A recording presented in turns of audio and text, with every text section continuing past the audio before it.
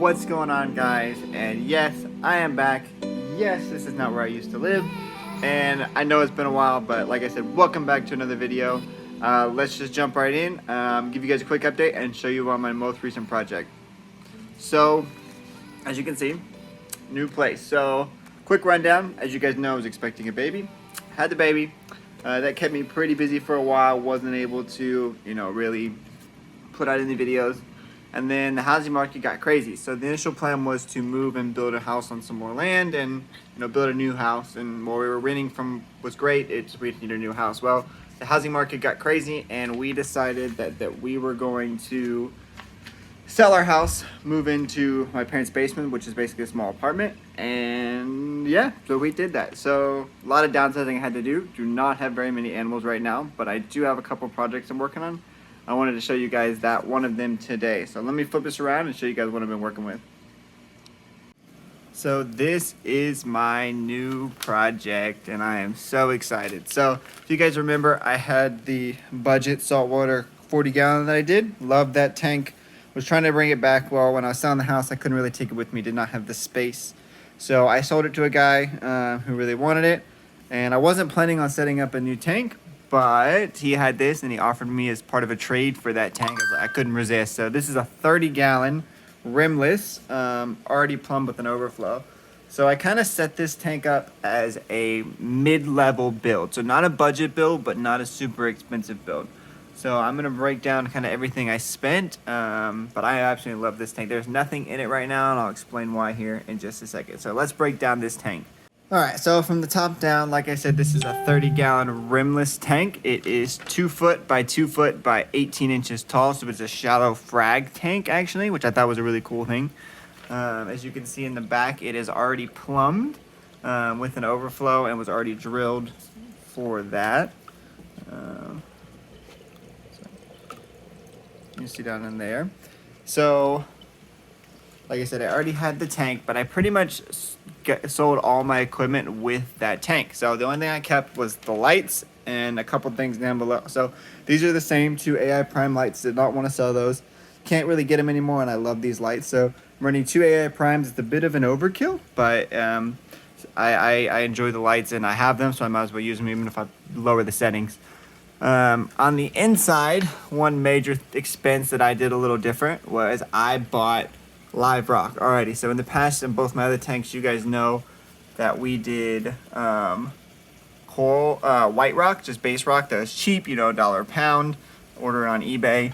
But for this tank, I wanted to get a much better look, and just right off the bat and not deal with all that ugliness. So I spent the money. So some of this rock, I had 2 pieces of it, but I bought about probably 30 pounds and an arch, so 30 to 40 pounds. But this is about $5 a pound, so that did add up pretty quickly. But it looks fantastic. I love the way the scape came out, and that's that. I also used live sand. I used the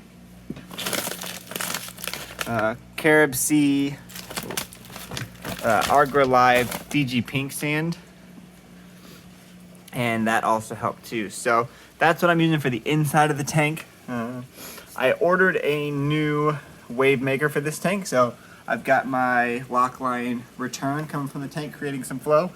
And then this is the Higer Mini. So I did some research. I was trying to figure out what I wanted to spend. I went back and forth.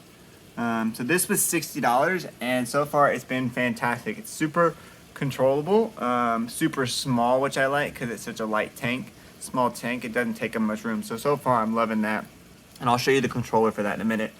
So this is just some simple plumbing. I did plumb it myself as usual. So we just come down. All this plumbing is from Lowe's, so it's not super expensive plumbing.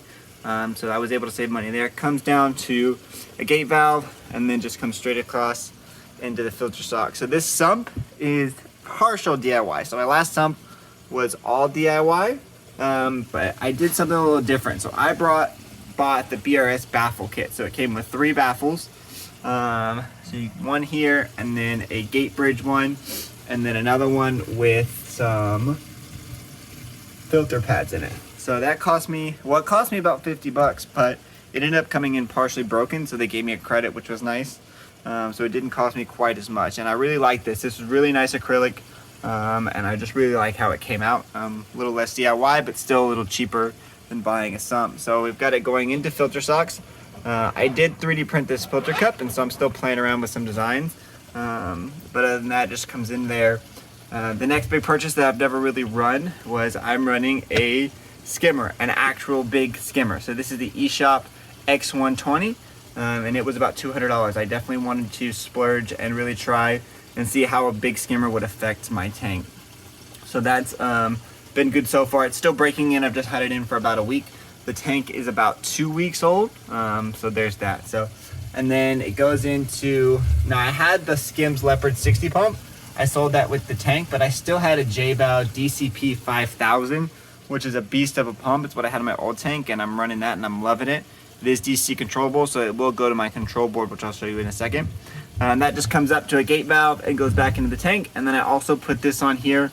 I think I'm either gonna run a dual GFO carbon reactor or something else. I still have the J-Bow dosing pump, so that's gonna get mounted here to dose the aquarium. My main goal in this tank is going to be coral. I do still have the 2 clownfish from the last tank and the shrimp. A really good friend of mine that owns Aquatic Arsenal, you guys should check them out. They are holding them for me while I can get this tank cycled, which it is cycled now. It's been about 2 weeks, and I did a turbo start. So I'm ready to get those fish in about a week, get them back from him. But definitely check them out, Aquatic Arsenal. They do really good auctions, just really good people to work with. So let's check out the control board. So I have everything running over here to this cabinet. I just had this cabinet laying around. It already had a holder in the back. So you've got your Haiger controller, you've got your heater controller, your pup controller, and if you guys remember, this is that Felix control box that I was part of that Kickstarter, and that is a basically kind of like an Apex. It's still kind of in the works, but it controls everything from my phone. I really couldn't use it before because, as you guys remember, I didn't have Wi-Fi, but I do now. So I can really use this thing a lot. I'm trying to order the Sinai monitor that comes with it that monitors everything as well. So that's the control panel. I really like that. So considering I got the tank for free, it already has the lights and the pump, I'm honestly in this tank about $500, I think. I had some luck with the stock market, so I was able to pull some of that money out. I had some savings that I had saved up for some kind of bill, and so I figured I would just kind of splurge a little bit. So that is this tank, and so far, I'm really loving it. So here's a couple things. You guys know I've had some issues with some algae, and so I've got the lights on right now, but one thing I'm trying is the lights have been completely off for the past 2 weeks, and they're going to stay off for at least another week, probably another 2 weeks, till we hit that month mark to help the tank establish and really not have to worry about helping fight that algae. I really want to do this right, so I don't want to skimp, and while I was having good luck with that other tank for a while, I want to take care of this one. I'm going to be making a mixing station.